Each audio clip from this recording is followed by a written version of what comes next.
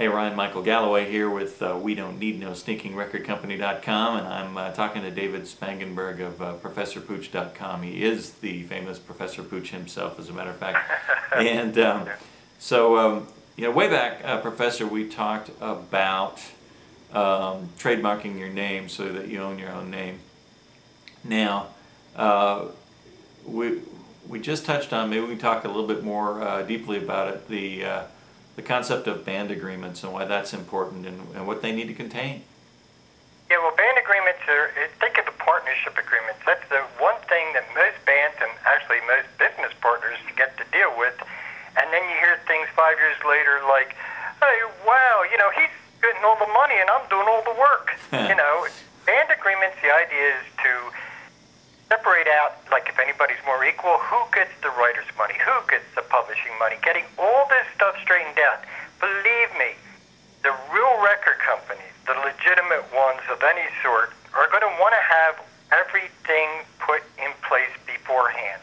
I've seen songs and recordings held up for like 6 to 9 months because they're arguing about 2.3% of publishing, and this guy wants 5 cents of this or that because he happened to show up in the studio one day. That's one of my real Professor Pooch's pet peeves. People getting paid for things they had nothing to do with, but that's another subject. But the band agreement is very, very important. It makes everything set up. What about if you lose a member? What about if you gain a member? Who gets what? What are you allowed to do? Can you perform in other bands? What's your responsibilities within the band? These are things that are very important, and I know bands hate to deal with contracts and stuff, but my thing is get it out of the way, be protected, and then go make music. So, David, I got a follow-up question on that then. We've talked about a couple different kinds of contracts. Do you just write these from scratch, or are there templates that you can start with, or do we talk to you, or how do we do that? I have certain pieces that I started writing contracts back 1980. This is my 30th year doing contracts in the business end. Wow. And they are building and changing as the world changes. And like just in the last year, I had to do a big rewrite because of all the digital stuff. And it changes all the time with all the digital things. And when I do a record company contract, to make sure that digital is listed and how it's done, because that's a big war that's going on right now with the record companies. As we speak. And that is the record, and there's lawsuits all over the place with well-known artists, because a record company, let's say from a digital download, okay? The record company wants to pay them their 10% that they signed for selling records. Well, in the contract it says for licensing, they're supposed to give the artist 50%.